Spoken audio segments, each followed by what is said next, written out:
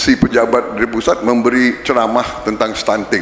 Saudara-saudara, nanti kalau kasih makan ke anakmu harus yang bergizi, 4 sehat 5 sempurna. Dia ngajarin orang itu untuk memberi makan yang baik-baik, yang bergizi. Rakyat teriak, Pak, makannya yang nggak ada. Jadi bukan yang begitu-begitu yang kita buat. We need real action. Uangnya dari mana? APBN sekarang alokasi untuk bantuan sosial itu adalah 495 triliun. Pendidikan 660 triliun. Saya bertanya, apakah memberi makan kepada anak-anak sekolah tidak termasuk bidang pendidikan?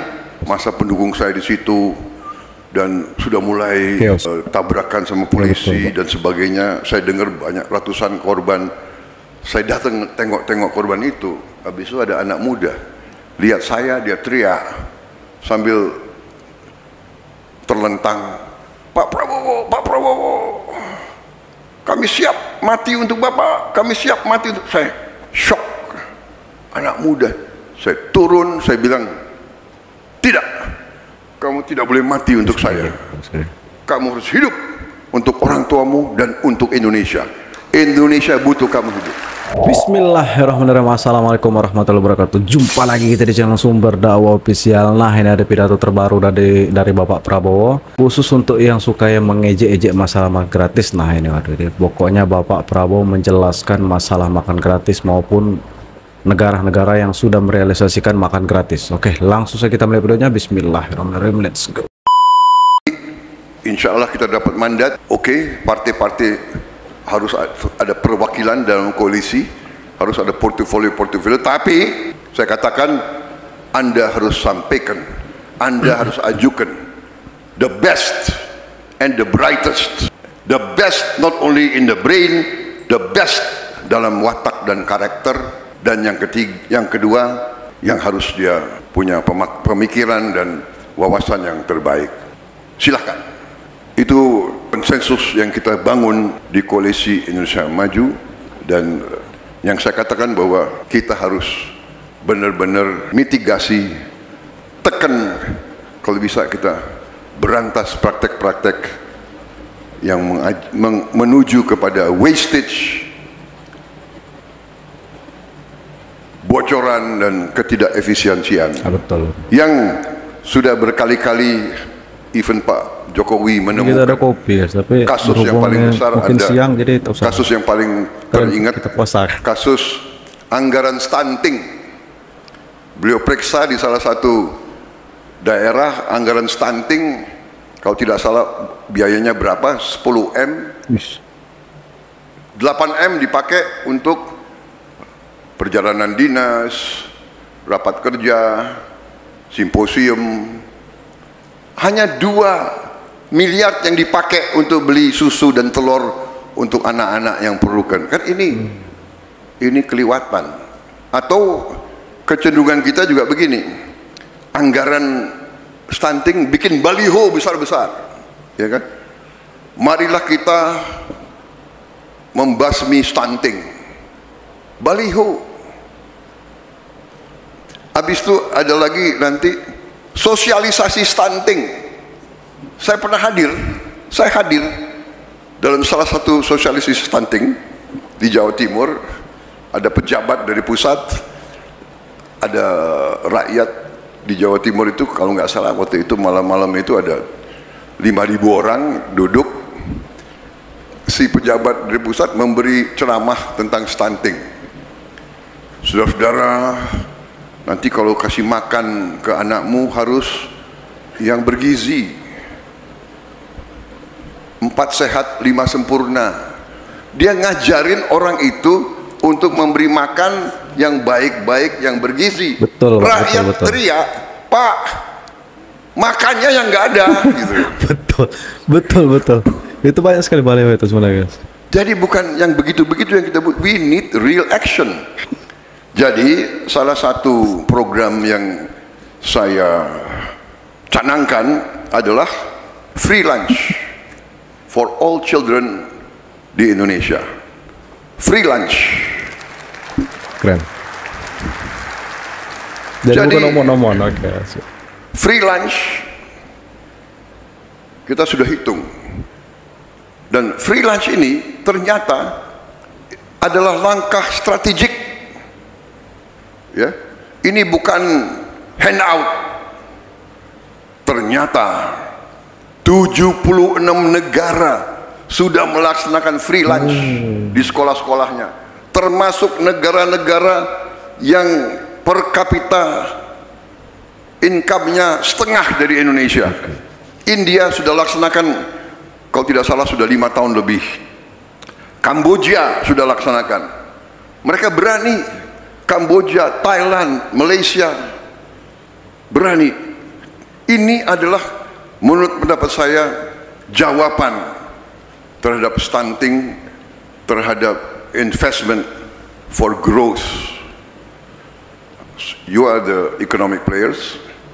We calculated, my experts tell me, this will be a hefty chunk of expense. It will be around 35 to 40 billion dollars. Sekitar 460 triliun lebih. Tentunya everybody will ask, uangnya dari mana? Ya kan? Saudara-saudara, APBN sekarang alokasi untuk bantuan sosial itu adalah 495 triliun, mendekati 500 triliun.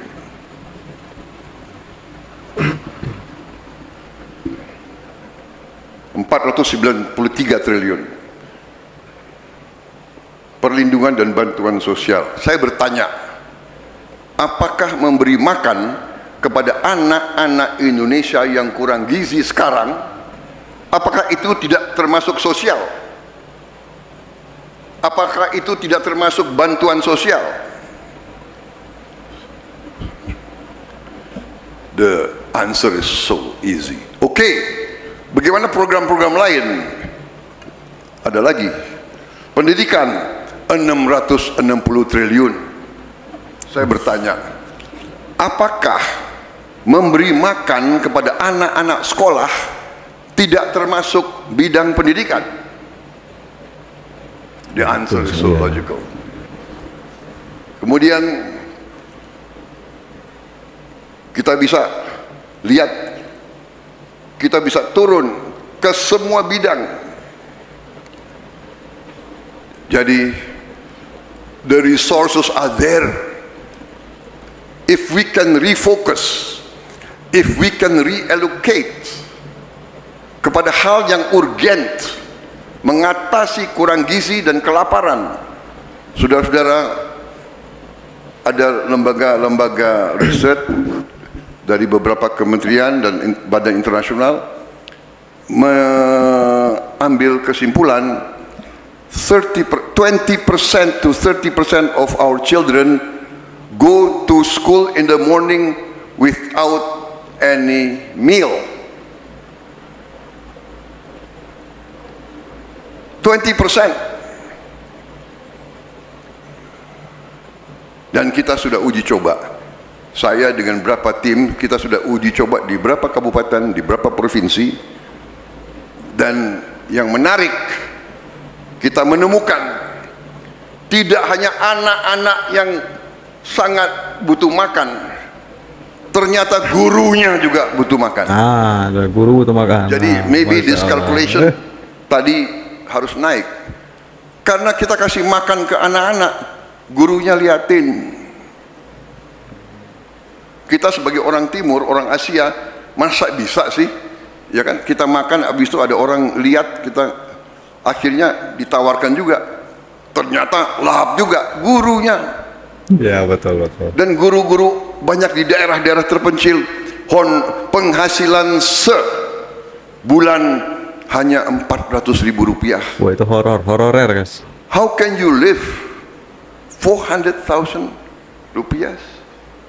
Guru yang bertanggung jawab kepada masa depan Indonesia. Jadi why I talk this to you, the financial ini players? Untuk guru ini I'm telling bagus you, dengarannya. this is an investment. When we spend 34 or 40 billion dollars in our economy, you can calculate what the growth rate of Indonesia will be. I am told, kalau kita lihat 30 miliar dolar, ya, that is what? 2% of our GDP. And if we increase spending in our domestic market, 2% of our GDP, the economists say it can create a growth. 1% increase in government spending can increase 1.5% annual growth. So that's why I told you in the beginning of my talk, I'm very convinced that we can reach 8% growth. Just with this project, we can achieve 3% growth. Bisa dibayangkan, tidak akan ada nanti petani yang mengeluh, Pak, habis panen nggak ada yang beli beras saya, habis panen nggak ada yang beli jagung saya, habis panen nggak ada yang beli bawang merah saya, nggak ada yang beli mangga saya, nggak ada yang beli pisang saya, because the market will be guaranteed. There will be a captive market in every desa, in every kecamatan, in every kabupaten, and in every provinsi. Ini saya ceritakan, that's why I'm bullish. Our economic outlook is good, and who will benefit? I think you guys will benefit juga. Dan itu tujuan kita. Lihat, di Jawa intensifikasi, di luar Jawa harus kita ekstensifikasi. Food estate adalah keharusan. Kalau ada tokoh-tokoh nasional yang mempertanyakan food estate, menurut saya hanya dua kemungkinan. Dia tidak faham atau dia tidak mau faham. Betul, Pak. Dan dua-duanya itu tidak baik. Food estate sudah pemikiran strategis dari Bung Karno dan bahkan sebelumnya dari Belanda. Sudah ada rencana-rencana yang lama, kita tinggal buka, tapi intinya adalah masa depan kita juga sangat cerah. Salah satu ancaman juga ancaman climate change. Ada El Nino, ada ini kekurangan air. PBB sudah meramalkan dunia akan menghadapi krisis air. Ini pun kita berada dalam kondisi menguntungkan. Kita akan atasi masalah air. Dari mana? Saudara-saudara, kita punya rawa 22 juta hektar rawa. Ternyata rawa itu ada dua macam, ya. Para ahli mengatakan, istilah ilmiahnya saya kurang menguasai, tapi intinya dari 22 juta, 11 juta rawa itu yang bisa dirubah menjadi sawah, menjadi lumbung padi, menjadi food estate. Berarti kita akan masalah air tidak akan hilang, tidak akan menjadi masalah. Dan cost of the capex will be lower kalau kita bikin sawah food estate di daerah tanah biasa. Ini yang sudah dilaksanakan. Ini kalau tidak salah di Kalimantan Selatan sudah ada kira-kira 50.000 hektar di rawa. Ini tadi daerah rawa, musim hujan banjir, musim kemarau kebakaran,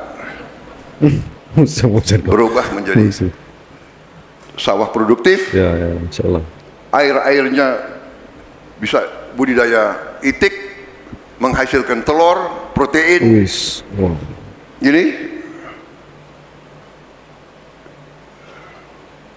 Ini sudah dilaksanakan. Tinggal kita replikasi. Menteri Pertanian yang sekarang seorang praktisi dan Mungkin Anda bisa menduga-duga, siapa tahu kalau saya yang terima mandat, siapa kira-kira yang akan jadi Menteri Pertanian di kabinet baru, kira-kira. Mungkin bisa diramak. I want only doers. Saya mau orang yang bisa menghasilkan, bukan tukang teori. I think you also, ini ada anak 27 tahun jadi CEO, mampu, iya kan? 27 tahun ini pun, jadi bukan soal usia, tapi kemampuan.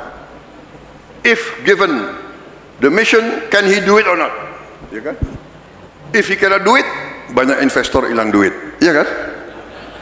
Benar nggak? Iya, sama. Jadi jangan menghina orang karena usia. Ini terlalu muda, ini terlalu tua. Ya. Oke, Masya Allah. Enak aja, ya kan?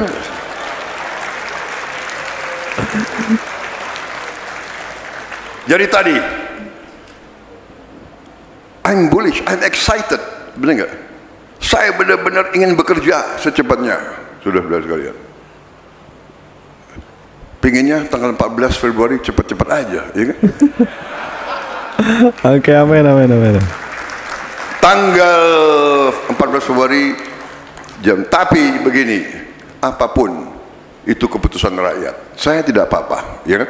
Tapi yang saya ingin cerita adalah our future is great. Boleh mereka perang, kita jangan perang. Betul. Iya kan? Betul. Kita jangan goblok sebagai betul, bangsa. betul. Benar nggak? Ya kan? Iya kan? When they want us untuk ke sini, yes, I respect you, but I cannot join you. I respect you because I'm friends with him also. Ya kan? Iya kan? Iya, saya nggak malu-malu. Saya hormat, bersahabat, kagum sama Tiongkok. Saya tidak ragu-ragu. Saya katakan itu. Tapi saya hormat juga sama Amerika, ya kan? I like United States, right? We all like United States, benar nggak? Kalian kalau libur maunya kemana? Ya kan? Pandu kalau libur ke Amerika dia. Apalagi Wisnu, gue udah tahu nih orang-orang ini semua. Ya kan? Erik kemana Erik kalau libur? Ya kan? Udah kita. Many of us are educated in. Filmon, lo sekolah di mana, Man? Ini realistis, Pak Prabowo. Di mana? Berkeley lagi. Nah. Lo kenapa nggak ke Shanghai sih? Lo ke Berkeley lagi. Ini kalau aku tanya angkat tangan yang lulusan Amerika, ngeri aku tuh ya. Oke. Semua. Jadi we respect Europe, we respect everybody. Itu kelebihan Indonesia. Tradisi kita non-blok. Itu kita terima kasih sama Bung Karno, Bung Hatta, Syahrir, pendiri-pendiri kita terima kasih. They were very wise, ya kan? So that is one lesson I learned. Saya tuh nyesel, saya belajar terlambat. Satu filosofi yang saya dapat dari tahu itu saya dapatnya sesudah saya lengser. Nyesel juga gue, ya kan? Kenapa nggak dari dulu, ya kan? Ajarannya itu sederhana. 1,000 friends too few, 1 enemy too many. Waduh. Saya waktu dari muda saya dididik secara barat. Di barat, no, you have to win. Waduh, ya kan? They teach us to win. And then they also teach us the important thing is the mission. Mission accomplished. Apalagi tentara. Tentara itu mission. Jadi aku udah kena brainwash kan. Tugas. Yang penting tugas. Nggak peduli gue sakiti siapa, gue injek siapa, ya kan? Berhasil. Iya, gue berhasil. Tapi yang dongkol banyak. Ya betul. Betul itu, Pak. Makanya gue kalah-kalah terus jadi presiden. Ya kan? Kayaknya dulu gue nggak diundang ke forum seperti ini. Aduh, masalah. Ini gara-gara Pandu ini sama Erick Thohir lagi ketua tim kampanyenya sana, ya kan? Untung dia udah sama gue sekarang.